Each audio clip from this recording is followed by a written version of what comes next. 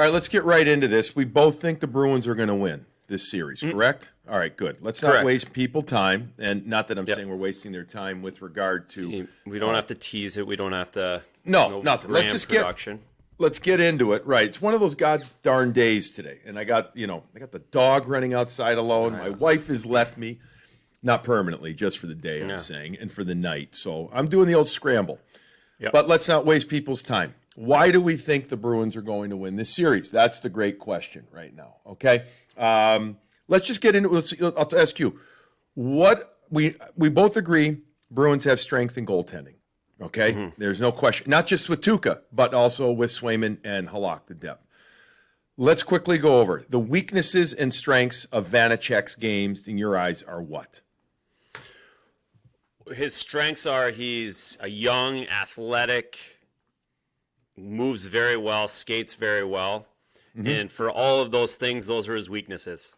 He can be overly athletic. He can move too much. He can skate and get himself out of position too much. And he's a younger guy that at the end of the day, no one precisely knows where he's been. And it's one thing to play. I talked about this with Swayman. I've talked about this with all young goalies. You don't know how they're going to react once that intensity ramps up come playoff time. It's going to go to a whole nother level, especially with two teams like this that are anything but adverse to playoff hockey. They know exactly where this level's going on Saturday night, both teams, and they're going to get there right away. There's going to be no dipping the toe in the water. This team's never been in the playoffs. They don't know what they're looking for. These two both know exactly what's expected Saturday night, and that's going to make it harder for a younger goalie. Okay. With that said, is it we're talking a mammoth advantage for the Bruins in your eyes, or are you talking a nice advantage for the Bruins? Nice advantage. There's no mammoth advantage, I don't believe, in the NHL. Even if you looked at putting Swayman in, right? If the Bruins had to go that, I wouldn't say that any of the teams in the division would have a mammoth advantage over Jeremy Swayman at this point. I think on top of all that, the way so no, it's not. It's a nice advantage. It's always nice to feel like the team has the advantage between the pipes, but it's not back and forth. Okay, all right, but it's an advantage. We'll start with that with the Bruins. So there. Correct. Let's go to the defense, because I do think this is an area that the Bruins can exploit. And by the way, my uneducated eye, just to put this out there, when I mean uneducated, I've watched tons of hockey and analyzing goaltending, but not like you, but I feel like the rebounds that Vanecek will give up in tight in particular is significantly different than what we'll see from the Bruins. I think that's an area where I'm pumping shots up top on those shoulders on him. I feel like after that first save, you talk about how he can move too much. I feel like he gets flat. And when I mean flat, I mean face down, or at least further face than instead of upright like a Rask would. And I look for second chances. Now, the Bruins got to get inside. That's going to be one of the keys. But I think that's where, again, my layman terms are, that's where I see a difference with Vanecek. And I don't know how well he plays the puck. I'm not sure overall. Maybe he plays it real. I don't know. I've seen him a few times, but I haven't seen him enough. He's not changing the game with his puck handling. Okay. In a positive way. It could be a bit of a deterrent, but I believe they've got enough guys in the back end. They're not relying on him to move the puck quite like some of the other teams would be. Okay. Now let's go to the D. We expect the Bruins D, the top six, to be what we saw the last couple of games. Your McAvoy and Grizzlies, Carlo and Riley, Lauzon and Miller. That's the expectation. Nice top six. I wouldn't call it a world beater top six, but I'd call it a very nice, comfortable top six. Question marks for me in that top six. How does Lauzon handle certain matchups? I thought he was good early on, struggled in the middle, and I thought inconsistent near the end. Very young person-like, right? I mean, that's a young player. If he's with Kevin Miller, we would call that more of a defensive first pair, no question about it, that can run the danger of getting hemmed in their own zone, Razor. That's not a lot of what you would call first pass execution. Like, that's not their main thing right there. And I think the Bruins have to be aware of that. And they are obviously aware of that. That's right. And we talk about Kevin Miller skating, and he can skate, but he isn't at the level where he can just skate it out of the zone to relieve pressure. Mm-hmm. You know, he can take advantage of certain scenarios, but he's not going to break a pressure after 35-second shift in his own zone after an icing and just getting the puck out. So that's, to your point, that's where that matchup, that down low matchup, can be a problem. And as much as we've both enjoyed Mike Riley at times, this is a huge mark for him here. This is an unknown. You know, we can talk about unknown for Vitek Vanacek, for instance. Riley's not in that much of a different position. You know, it's exactly the same. Yeah, and getting his NHL playoff opportunity in a high-pressured, physical series. And so while he's been awesome at retrieving pucks and getting him through from the offensive blue line, I'm really more concerned about how he handles his own zone. And I'm not saying he won't. I'm saying this is a big moment for him. No question. And to that point, you know, and we talk about it, he's going to see a different Alex Ovechkin. Yes. He's going to see a different Nicholas Backstrom. He's going to see a different TJ Oshie than he's seen. Mm-hmm. It's just going to look different. Just like Brad Marchand and Patrice Bergeron are going to look different down at the other end. That's how much that percentage of intensity goes up. And for a guy like Mike Riley, that's going to be something to watch for. Similarly to Lausanne, to watch for how they adapt to that right away going into that building and having to deal with matchups that don't favor them, because that's what the advantage of home ice is. Yeah, and we'll talk more about the Caps in a little bit. We're going to have a special guest coming and joining us in Alan May, who former NHLer and a current Caps TV broadcaster, does a great job. And we're going to talk about this. I mean, one of the things is, what will the matchups be? And therefore, the question is, how will Bruce Cassidy, Kevin Dean deploy their defensive pairs? Will it be Riley and Carlo? You know, or will he slide Grzelcyk down with Carlo and then put Riley up? Or does Lausanne go up and Riley slides to play with Kevin Miller? The good news is Bruins have options, home versus road. They've got the numbers. They have the bodies right now. They have options. So we're just assuming right now that this is how they go. Carlo could be a major influencer in this series, and I think he will. Looked good, we know, the last couple of games of the regular season. That's not the Washington Capitals playoff, though. That's a different team that he's going to see. Physically, he should be okay. We hope, obviously, completely healed, he says, from the oblique injury. But how much can he influence the game, both as a matchup guy, you know, right shot? Is he going to see Ovechkin on that left wing an awful lot? Is he going to see that? Or does he have to keep up with the speed of Connor Sheary, you know, which I think he can handle. I do. But he is going to be huge, especially also because of the penalty kill. When the Bruins get on the PK, he's going to be the dominant force back there for the Bruins on that side. He's as important as any player on this team now. For the next whatever amount of games they play. Brandon Carlo would be at the top few guys on my list where he needs to be Brandon Carlo 2019 playoffs against the Toronto Maple Leafs. He needs to be at that level for this team to continue through, especially this tough division. All right. Now, McAvoy, Grzelcyk, top pair, right? The Bruins look to them for so much, and in theory, if they're together. Grzelcyk, not that big. McAvoy, good size, but not huge, but plays a bigger game. So physical. That's been one of the most noticeable things all year, his physicality. With that said, if I'm the opponent, am I putting the puck into Grizz's corner regularly, or am I putting into McAvoy's to continue making him regroup, re-get it out, and tire him out?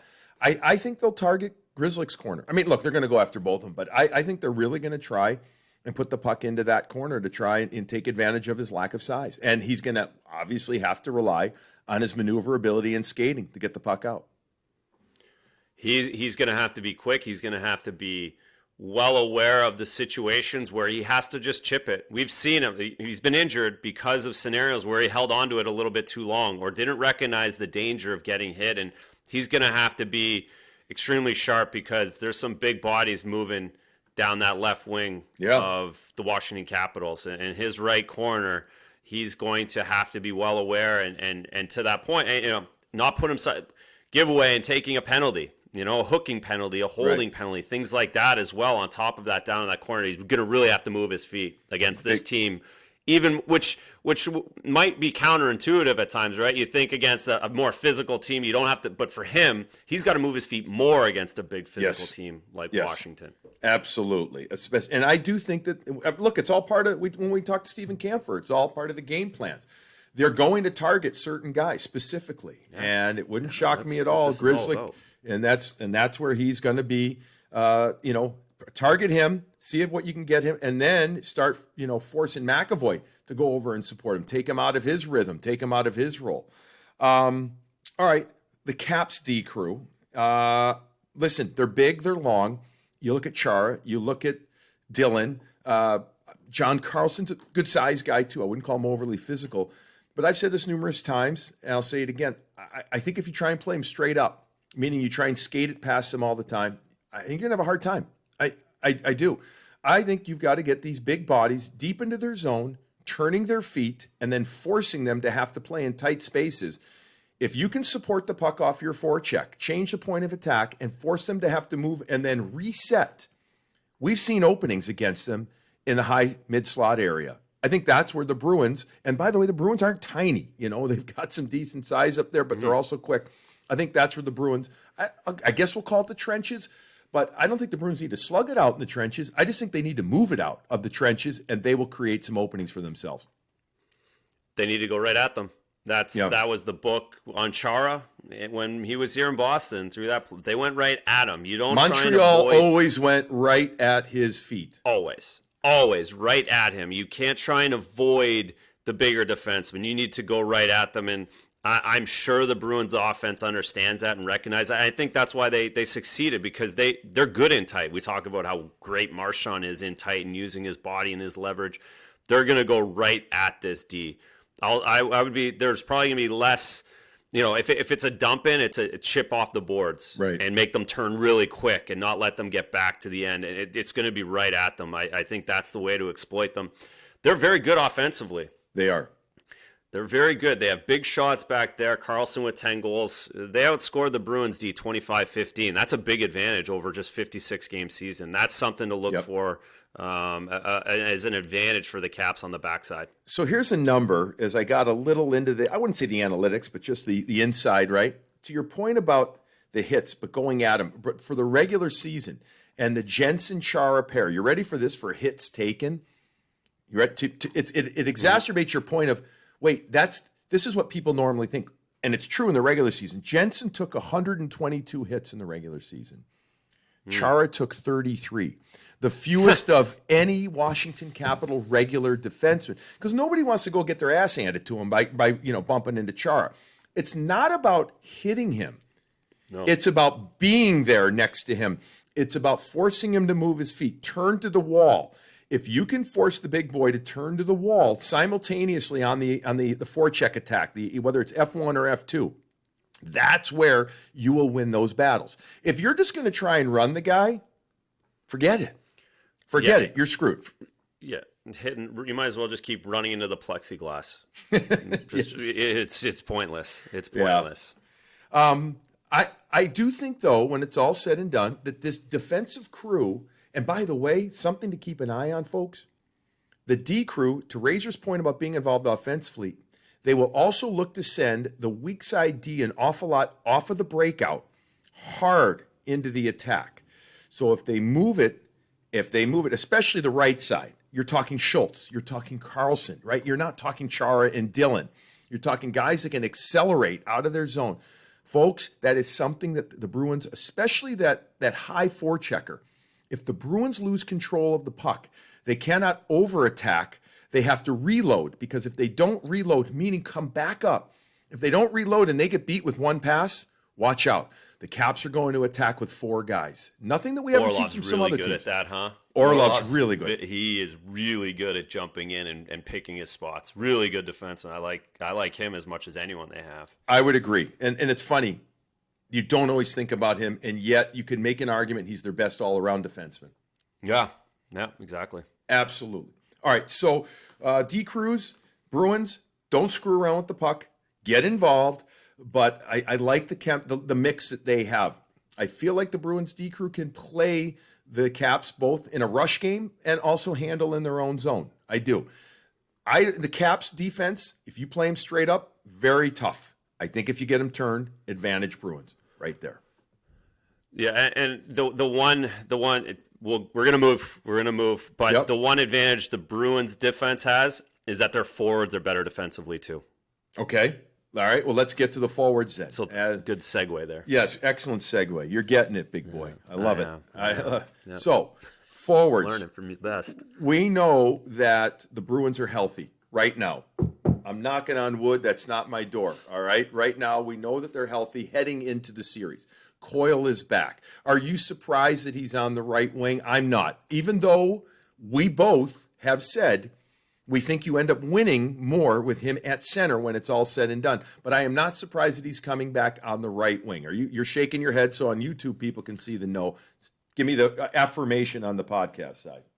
I'm not surprised at all. The way they were going prior to that nick that he took, whatever kind of injury or hurt that he had, you got to keep him there.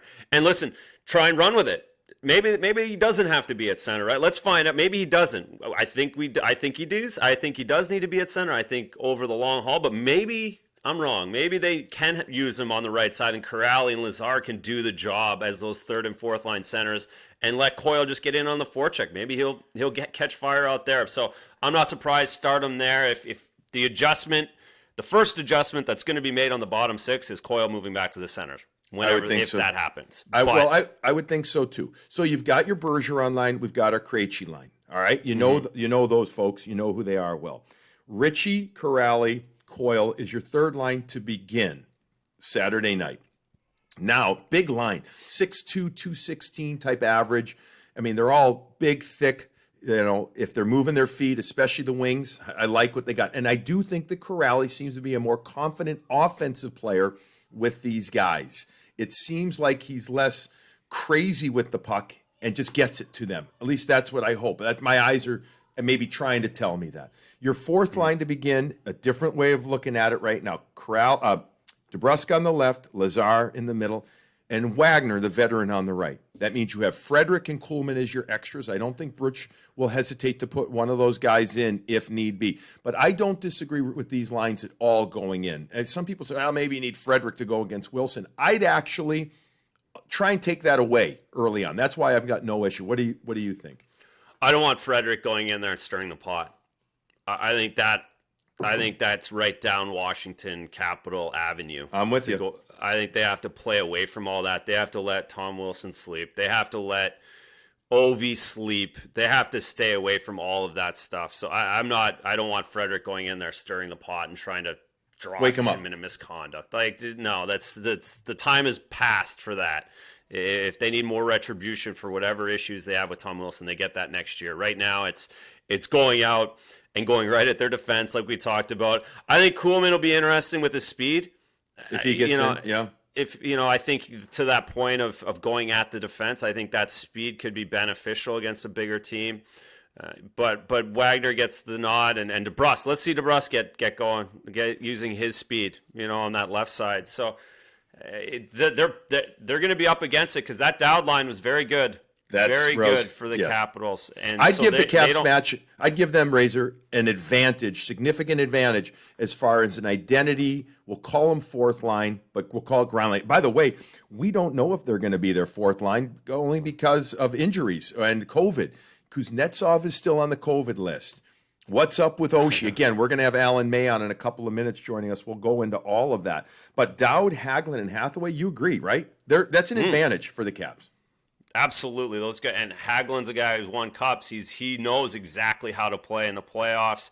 He's going to bring those other guys. So yeah, that's a good advantage back there. And they're going to have to, whatever Bruins fourth line rolls out there is going to have their hands full with that lineup. I think that line will get, and the Dowd line will get matchups at home. They'll see some of the Bruins fourth line, but I think they're also going to see some of the Bergeron and or Krejci line. By the way, something I didn't realize, Nick Dowd has taken more faceoffs than any Washington Capitals centerman this year, and he's their best. He's at 56%. Eller's at 50%. Backstrom's at 48%. Kuznetsov, again, if he plays, it doesn't seem like he's going to right now, at about, I think he's at 42%, 41%. But Dowd takes more faceoffs, buddy, than anybody else, which surprised me. 5-on-5, who's the better team? Well, that's the Bruins have made a huge upgrade with Taylor Hall. That's a lot. It's much closer. The Capitals were number one in the league maybe until the last couple days with 2.95 on 5. So they're right at the top. So I'm giving them the advantage. I just think it's so much closer now with the way Taylor Hall and Krejci's line's playing. And the reason I would give them that 5-on-5 advantage, that's Washington, just a little bit, is because of what we just talked about. I think that fourth line, that third line, when they can roll Eller and Dowd out, if Kuznetsov's back, and Oshie, that gives them just a little bit, maybe more, not depth in per se depth, but I think that just gives them a little bit more scoring power, 5-on-5, and the D can jump into the rush. So I think that 5-on-5, you're giving it just a little bit, but nowhere near like it was on the 8-1 game on a Sunday afternoon. How about the fact during the regular season, and I think the number was -13. I don't have it in front of me. Forgive me, or forgive you for me being me. Yeah, I think Ovechkin was a -13 in the regular season against the Bruins in the series. You know, they had that 8-1 game, which was a feast fest. That was a smorgasbord of points for the Caps. But still, I mean, they had 3 power play goals there. Let's touch on this real quick, and then again, we'll bring Alan May in. Why do the Bruins at times struggle with the Caps' power play? If everybody's healthy for the Caps on that power play, Oshie is excellent in the bumper position, and they move the puck, and they have 5 different options easily, with Backstrom being the guy that makes it happen. They do. The one thing, I was looking through the highlights and watching the goals and the power play goals, is they had a lot of 5-on-3. They did. What is it, 2 or 3 5-on-3 goals? At least, because the one game they had 2 that we did together in Washington, the Bruins ended up winning, but they came back from a 3-0 to make it 3-2. Right. That was 2. They had a couple in the 8-1 game. Like, it might even be more than that. So I think that might skew the numbers a little bit on the power play and how good the Caps power play was. Well, it was 3 games. It was 3 games where they scored. I think it was 6 of their 8 goals on the power play. And I bet 4 of those were 5-on-3s or 4-on-3s. So I'm not so but certainly the what they have is the bumper. With Oshie in the middle and Ovi out wide, you have to make a decision. That's that weak side forward on the penalty kill has to make a decision who he's covering. And with Backstrom, we know what kind of magician he is on the half wall. He recognizes it right away and goes. So they have their hands full. I'm not sure it's as potent. The Bruins have to stay out of the box. Right. Bottom line, they have to be disciplined to get through this. All right. Well, that's a perfect segue to bringing in Alan May in the next minute or so from the Washington Capitals television broadcast. And we'll talk about the power play. We're going to talk about the players that are out of the lineup, too. So hang on for one moment, folks. The series preview, Morning Brew, Jaffe and Razor, coming right up with Alan May. All right. So now we do get a welcome in former Boston Bruin. That's right. I forgot about your 3 games with the Bruins back in 87, 88. It had to have been the highlight of your career, Alan May joining us right now, a former National Hockey Leaguer who did spend the brunt of his career with the Washington Capitals organization, but did have a glorious 3 days and 15 minutes in penalties. I'm no dummy. That's 5 majors, Mr. May. Good to have you, who, by the way, Alan, is also one of the TV analysts for the Washington Capitals. Nice to have you join us. We appreciate it. Thanks to have me, and I did play for the Boston Bruins. It's been a long, long time. And you know what? I never got to play in the Garden as a Bruin. It was all road games. So it's first one St. Louis, then the Forum, and then in the old Meadowlands. So I never got to walk in. I thought it was the greatest looking dressing room in the world when I walked in the Garden in training camp. That old dump, but man, it was awesome. So I don't want to get on a tangent here, but do you remember your scraps, your 3 scraps? You had to have been. It was 3. It's 15 minutes in 3 games. Yeah, my very first ever fight. They called me up to fight the super tough guy, Paul Cavallini, who tried to squeeze the sausage stuffing out of me in the fight. Later, it played with him on a couple teams, and he'd always go, "Hey, you watch out, or I'll do it again." He was such a funny guy.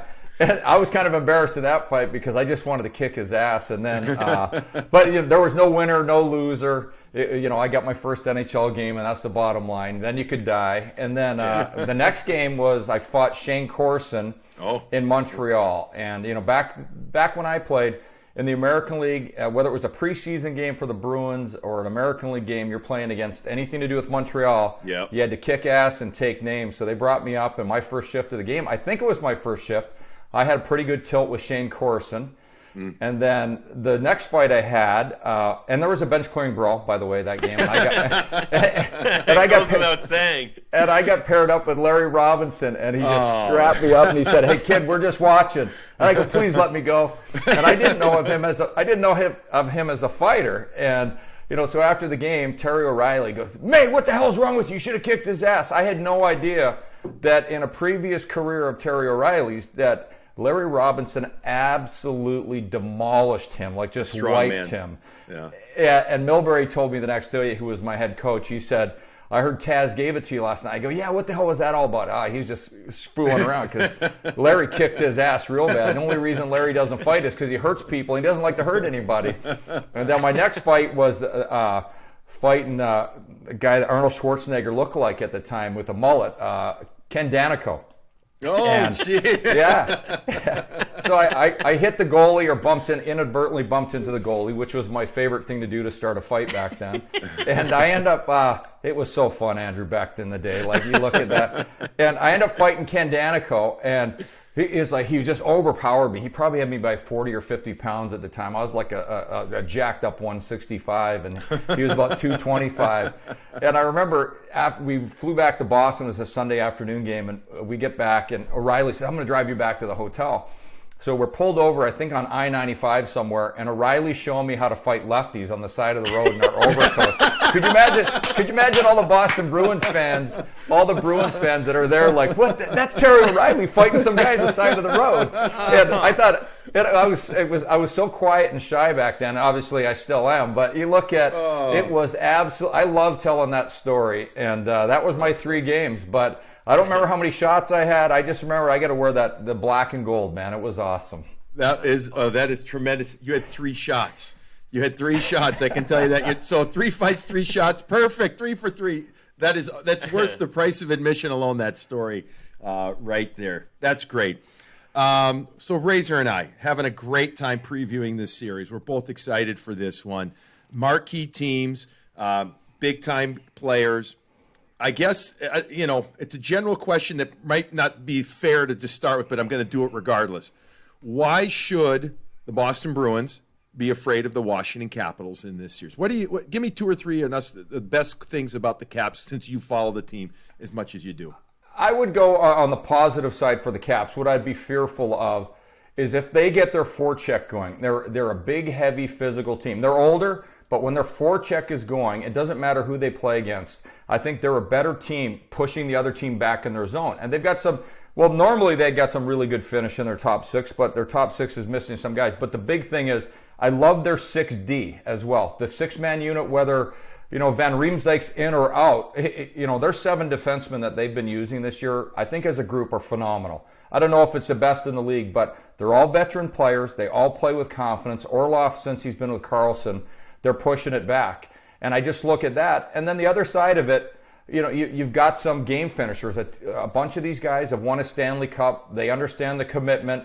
Granted, it was in 2018. Here we are in 2021 when we've been through hell since that last Stanley Cup. But I look at that. The forecheck, big, heavy team, really good defensemen.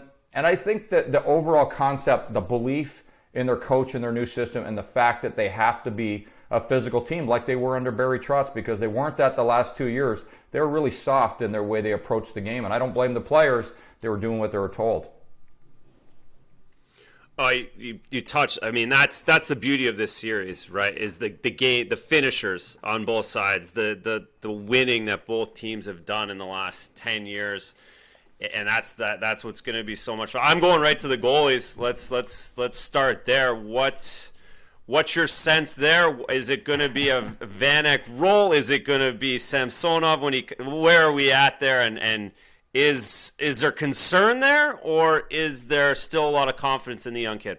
I think there's a tremendous amount of confidence in Vitek Vanacek. We won't see Samsonov at all. He's still on the COVID list as we speak. Yeah. He was battling being in shape all season long. He's been on the COVID dump twice. The first time was 6 weeks. He was out of lineup 6 weeks.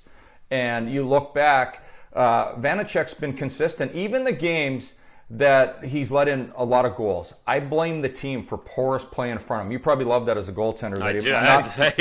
I'll get your union card right now. Yeah, and I'll tell you what, guys. One of the things with Vanecek is if he ever did let in a goal this year that he didn't like, and I hate that saying, he wished he could have had that one back. I refuse to use it. But if he had something that bothered him in the way he let it go, it never happened again. They don't go through him. He's not like leaking in the 6 and 7 holes. They're not going 5 hole. They're not going below the pad. So they're not going through him or under him. They've got to go around up top. And, all the great goal scorers now, you see Marchand Pastrnak under the crossbar, Ovechkin, Oshie under the crossbar. And I think he's been very consistent. And after that, I don't know what would happen if he were injured and who would go in. Would it be Craig Anderson or Phoenix Copley, who sounded like he was the best player in the AHL and who's been a good goaltender for the Washington Capitals? So, hopefully it doesn't get to that for the sake of the Capitals. And as long as they're in the playoffs, I'd love to see Vitek continue to get his starts. Technically sound. He's not as big as Samsonov, but he looks bigger the way he plays. And I just think technically he's worked hard. He's been phenomenal in the American League the last couple of years. And what a surprise after the soap opera of goaltending stories that this season has been with the Capitals. I was licking my chops. How great would it be to cover this, guys? You got Alexander Ovechkin, living legend. I hate that. I just go, we stole your guys for nothing, for like bargain basement money in the National Hockey League. And Zdeno Chara, 2 living legends. And then if you would have added Lundqvist, what a freaking storyline. You look at that. And I really, really, when the Friday before the trade deadline, he was that close to coming back. We were all waiting, the guys who knew he had that doctor's appointment. And then all of a sudden, it's like 6 o'clock, 7 o'clock, 8 o'clock, 9 o'clock. I don't hear, and I'm like, damn it, that's not good. The next day, I find out he's going to release something, and it's not good. So I'm hoping at some point he gets to get back in the National Hockey League and finish his career in front of fans and go out with a great farewell. Because I loved watching him play over the years. I kind of hated the bastard. He cost me a lot of money and playoff money over the years. But I really wanted him on this team, and it sounds like he's just a magical human. So hopefully he gets back to play. And if not, he's had a phenomenal career. But I'd love to see him be able to finish his way. So you mentioned Samsonov on the C19 list. And it's scary to me, at least sounds that way. That's the second time, and as you mentioned, 6 weeks. I hope he's all right. I really do hope he's not one of those long haulers. What about Kuznetsov? I mean, he hasn't practiced. He hasn't played. So I guess give us an update, Alan, what you think about Kuznetsov, Oshie, who's been banged up. I know skating this week. Where you think the Caps are health-wise?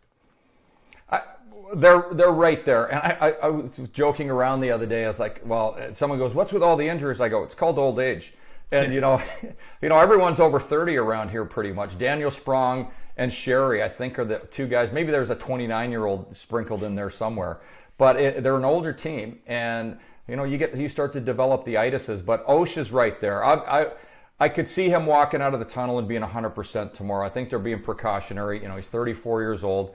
Backstrom missed last Saturday. I was told he was 99.9% ready to play the game. Just a little tight and sore. So after what they went through with Ovi, that game against the Rangers a couple Mondays back, they said, you know what, let's let these guys get closer to 100. And then you get to Kuznetsov. I have no earthly idea with this guy, what's going on. He's been woefully inconsistent this year. When he gets back in the lineup, even if he stepped into the lineup the first day out of COVID, it resembled the guy that was here playing all season. He has to be so much better. I hope that he just had a positive test and he's got to do this 10 to 14 day waiting period. Today's day 11, so I guess 14 day. And they probably, who knows if he's available, but I wouldn't expect to see him until an off day, like say this Sunday or Tuesday. And then all of a sudden he makes an appearance. But I wouldn't expect him unless I think they got to skate the daylights out of him, see where his legs are at. He's got to be able to compete in battle. He's a really talented forward, but to me, he's been a no-show for far too long. And he was so phenomenal the year they won the Cup. In the playoffs, he was all-world in the playoffs, and he could have easily and maybe should have won the Conn Smythe Trophy over Ovechkin, but, Ovi was the story. You have that guy, but it's been 1 out of 8 years, in my opinion. 12.5% of his career where he's given you what he's been paid to give you. And so whether he comes back or not, I think all eyes are on him. I don't know what his teammates are saying to him when he gets back, but he needs a kick in the ass, and they need him to be really good because you got these two guys in the other team who are pretty good, Bergeron and Krejci. You needed, the year they won the Cup, you needed Backstrom, you needed Kuznetsov, you needed Lars Eller. So Lars Eller is going to feature a more prominent role in this series. But, Kuznetsov, I wouldn't expect to see him back in maybe Game 5, maybe Game 6, maybe the next round if they live to fight that long. So you just mentioned it. So you expect Lars Eller to jump into the Kuznetsov spot on that top 6. Is that what the lineups look like on the front side? Well, yeah, right now, in the line that he's been playing with, Connor Sherry, who's been just phenomenal. He looks like the guy that was in Pittsburgh the first couple years they won the Cup, and he's a whirling dervish out there. I love the way this kid plays, and he's always played well against the Capitals. He's in it every game. He battles for pucks. He gets the pucks first. He comes out of the piles of the pucks. He gets to the net. And Michael Raffl, who's kind of like that utility guy in Philadelphia all those years, and you always, you look at your notes, the three of us, and you're like, that Raffl guy didn't do too bad tonight. Yeah. He's been really good here. His skating, tough on the puck, and he's another guy that can play center, left wing, right wing. I wouldn't be surprised if he could play defense, and the attitude seems amazing. But those guys have been really positive in possession time. Eller, you guys saw, or not Eller, but Raffl, you saw he finally got a goal the other day as a Cap. And he needed that. He had a lot of good chances. But I love that line. And Lars Eller is like an everyday hockey player. And my favorite guys are those guys that earn their dollars every day. And, whether they're making $7 million or $750, he's a guy that he earns his bucks every game. And last Saturday night, they needed that win against Philly to, keep bumping up in the standings ahead of the Bruins and get closer to Pittsburgh. He played 27 minutes. He skated his ass off. He did everything they needed, scored a huge goal for them. 27 minutes, and he looked like he really has had his game back the last couple of weeks because he was banged up in the middle of the season on a hit from behind from Leo Komarov. And, he seems like he's back at 101% again. Does Tom Wilson earn his money every game as we turn our attention to that where we have to talk? And by the way, the Boston Bruins, until 2 years ago, had their own guy that we always had to talk about in Brad Marchand, who has taken his game to another level, who hasn't gotten himself into trouble at all. And by the way, it's a different kind of trouble than Tom Wilson. So now you knew this was coming. We got to talk about it. So, where are we at with Tom Wilson from the Caps perspective? And has it been tough at times to defend him? Because I will say this. A few years ago when Brad Marchand was licking a guy, there was nothing to you couldn't defend it. We didn't defend it. We're like, it's wrong. We got nothing to say about that. So where are you guys? Where are you at with Tom Wilson? And I'm at before the Carlo incident or hit, whatever you want to call it. Situation. He was playing really, really good hockey. He was skating well, finishing his hits, creating good offense. It looked like he was going to have maybe a 25-goal season in the shortened time. Well, he takes that 7-game suspension and he comes back. He doesn't throw a hit for the majority of the games, and he's kind of confused in what he's doing. I don't think he's a good enough player like everyone talks about. Everyone wants a Tom Wilson. Everyone does want a Tom Wilson. Everyone wants a Brad Marchand as well. Certainly everyone wants Marchand. You look at Wilson, though, without the physical play, he's not as effective offensively. He doesn't get the space. He doesn't get the room. He's a good skater. He's not like the most agile, so he needs to keep the physicality. He needs to go A to B. He needs to hit everything in sight, but he's going to have to alter his path and how he hits. The last game against the Bruins and that group of kids they put on the ice, he actually had his legs going, and that was and I saw him finishing hits, and it had nothing to do with who was in the lineup. I think Laviolette said, hey, get your ass in gear, straight lines again, finish your hits, keep your elbows down. The stick has to stay on the ice. And if he does that, he's a physical presence. He has to be physical. He has to finish his hits. He's just going to have to take a little more of a deep breath. And in the situation with Carlo, I've always said in defending Tom Wilson, and when I talk to people in management here in coaching, I say when I have to explain camera angles, you're getting suspended. If one camera angle supports a bad hit, that's how it works. And you go around the league, we got 17 cameras in the arenas now. And I just think with Wilson, he has to be physical, but I would say he's got to engage, during the time frame. After the whistle, just stay away from the garbage. And, guys are going to come and push and shove and, act like they want to fight, but they really don't want to fight. He's pretty much manhandled everyone this year. But the fighting's not a thing in the playoffs. Playing between the whistles is. Playing sound defensive hockey, not swinging on a check, and certainly not doing a big loop like a 747. You got to stay in your airspace, and usually the best way is just to go straight at it, finish the hit, stop on the guy. And so he's going to have to alter his game. He was confused when he came back. He's an intelligent kid, and I think he was just thinking way too much about everything that was going on. What Twitter says about him, the worst place in the world, the worst absolute thing in the world. Stay off that crap and just focus on being on the ice and being a solid, reliable teammate. What's the Capitals' X factor? What are they looking at that they need to do really well to keep the Bruins in check? What's the Bruins' strength that the Capitals are most fearful of? Well, I think the top six, specifically the big line, and Bergeron, 35 years old, and he's just a genius out there, the way he plays the game. And Brad Marchand, people can't believe when I say this, he's the best left winger in the Eastern National Hockey League. I don't even call it the National Hockey League anymore. We've just been covering the East all year. So the Eastern National Hockey League presented by the National Hockey League. Marchand is the best left winger. And I say that with Ovechkin on the team. He is the best. Gensel's right there with him. They're all-round players. But Marchand is the best Boston Bruin. He's been the best Boston Bruin for 5 or 6 years. He's just an all-world elite player. I absolutely love watching him play. And people get pissed off when I say how good he is. And I said, I'm telling you right now, if the Capitals got him at left wing, they'd move Ovi to the right wing, to make space for him. He's that good. You look at Pastrnak; he's got Ovi's touch. They find the holes. They can make the puck move around. I'd hate to be playing against those guys, Andrew, and I know you would too, because they're wizards. They know now when they get a spot on the ice where the puck has to go. They don't have to look at the net, and they know where it is. It's been there for 100 years, and they've put all types of goals at every age group, every level they've played. But the X factor is that line. Everyone thinks about them in transition. I think their offensive cycle is so different from, everyone thinks cycle in the corner, crash and bang. They do this, one guy goes below the goal line, another guy flies up to the slot, then someone curves into the net. They just pick you apart. If the Capitals don't find a way to shut that line down inside the defensive zone, they can't let them dominate for 25, 35, 45, 55, and hopefully never a minute and 5. You know what I'm saying? Those guys are amazing. So to me, the X factor, find a way to stop that line. And I think the biggest and best way, or the most successful, would probably be heavy on the forecheck, make sure there's no holes inside, when you're inside the Bruins defensive zone, take the lanes away. Don't let them get the puck with space, because they'll kick your ass. They will annihilate you. And, they're older players now. Well, not Pastrnak, but Marchand is a physical specimen. And, he's Sidney Crosby light when it comes to all that training and what have you. But Bergeron is just he's a genius out there. He's a smart hockey player. In my opinion, probably the smartest in the league. I still get Sidney Crosby as the best all-round center in the game. And I'm sorry, I'm not going to quit, because he just keeps doing what he does. And look where his team is and what his line is.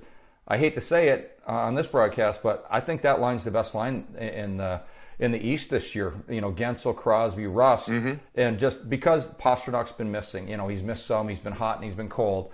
But that line's been just keeps getting better and better. But I think you got to shut that line down, and that's without even talking about Krejci's line. Well, that's. But I think the Bergeron line is huge. You've got to play well against them, because they are assassins out there the way they play offensively.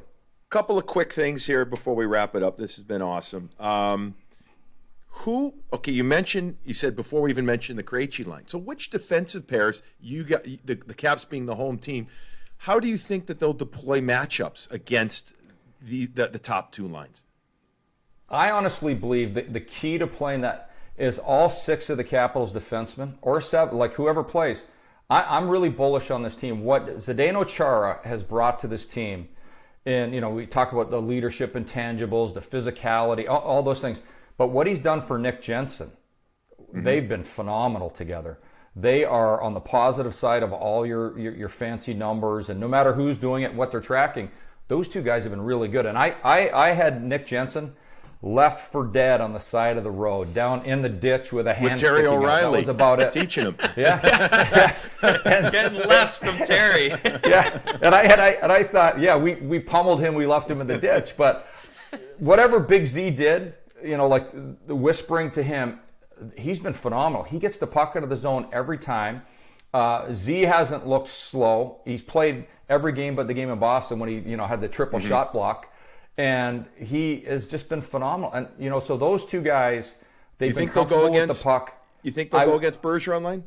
I don't think you can just go one. I do not like when the other team changes your players too much. Okay. So I played on some teams in the National Hockey League where I'd get so pissed off at the coach because the other coach was changing our lines. And I go, he's coaching our team. And I used to, he's kind of a vocal guy. You can tell I'm a shrinking violet. But I would say things to our coaches. But I honestly think that the Caps shouldn't be scared. As great as that line, it's going to be on the forward lines who gets out there and how responsible they're playing. Because I look at the Caps defensemen, they've got games under their belt, a lot of games under their belt. All of those guys. Schultz was phenomenal in Pittsburgh when they were winning the Stanley Cup. And I didn't think he was that good of a defenseman. And he's been really good for the Caps defensively. And I go to Kevin McCarthy. It's not just Big Z with Jensen. McCarthy has been phenomenal with all of these guys. And Orlov's got his game back. Carlson's got his game back. And I just look, don't worry about the defense. I think the Caps really have to worry which forward lines are out there playing against Bergeron. So with that said, then, let's just quickly go over the lineup, and then we'll wrap it up with you. We know the Dowd line. Razor and I already talked about that before we had you on. We're both fans of that Nick Dowd line. They should end up seeing a fair amount of Bergeron or Krejci, one of the two of them, considering how well they skate, how well they play physically. After that, tell me if I'm right or wrong. Backstrom in between Ovi, and would it be Mantha? Do you think that it'll be Mantha up there? I think right now we're going to start that way, and you have to get Mantha. One of the things when you play with Ovechkin, what I've seen over the years, even TJ Oshie used to do this, and it used to drive me crazy, is they pass to Ovi. Ovi doesn't need your passes. He finds ways to score. Like the puck comes to him anyways. So the other night in that game, you guys were watching Mantha on the 2-on-1 with Ovi, one extra pass. Fire it. Ovi just gave you a gift. Ovi's got almost the same amount of goals as assists in his career. Ovi will get his place. So Mantha has to be, I think, more selfish, and that helps the team by him being a shooter. You can't pass it off all the time. And once Oshie did that, he went next level on this team, realizing, you know what, everyone's expecting the pass, I'm going top right. And it seemed to work out pretty well. All right, so then the next line, Eller, as you mentioned, would be elevated between Sherry, and would it be Wilson, or would Oshie go to that right side? I think Eller, Raffle, Sherry, they will play as a line. Eller, Raffle, Sherry, okay. And I would expect them to be playing in a defensive capacity because they all have wheels. They're all tough on the puck. They manage responsibly inside the defensive zone. And then the Dowd line, one of my problems with the Dowd line is that for quite a while during the season, I've said this about the New York Islanders' fourth line as well, when you're always talking about the fourth line, when the fourth line's the best line every night, you got a problem. Yeah. You got a huge problem. And the Islanders, for too long, look how many years we talked about their fourth line. Where did they go? How far did they get? Because you need the fourth line can't be your dominant line. But so I wouldn't go too heavy with that fourth line against Bergeron. Because then they get away from their game. They need to forecheck. They need to hunt pucks. And if they just go passive, then they're skating backwards. And Harry Sinden told me a long time ago, if you're skating backwards all the time in the neutral zone, you're not playing. And then he kind of looked up at the press box and was like, you're not playing the game. You got to move your legs forward. And I know the game has changed a lot since those days, but I still believe you can't back off too much. All right, so then last link, where does Wilson go then? Is he with Sprong? Is that who's he on a line? Well, they're buying time right now. I'm not sure if they're going to go 7D yet or if Oshie comes out. And then all of a sudden, if that happens with Kuznetsov out, then they're going to rejigger all the lines. So right now, Sprong and Wilson to go after pucks. And then they'll just kind of rotate with the centerman. It may be Raffle there sometimes. It may be Eller. They're gonna be rotated. But I still believe if Oshie doesn't walk out of the tunnel, Trevor Van Riemsdyk does, and they go with the 7D men. Alan, awesome stuff. Thank you very much. Great preview of the Caps from the Caps side. We'll say hi to Taz for you when we see him at the Garden in there. But, maybe later in the series, depending on what's going on, how everybody's time is, we do this again. Razor and I do this after every Bruins game. Fans are loving it. They will love this preview. Thank you very much for your time. Thanks for having me, guys. I appreciate it. Thanks, Alan. All right, everybody, that's going to wrap up this morning brew with Jaffe and Razor. We can't wait to get going. Saturday night, 7:15 puck drop. Well, at least that's when the broadcast starts on NBC, maybe 7:40 or whatever. We'll have to wait and see. Have a wonderful day in the meantime, and as always, enjoy your morning brew.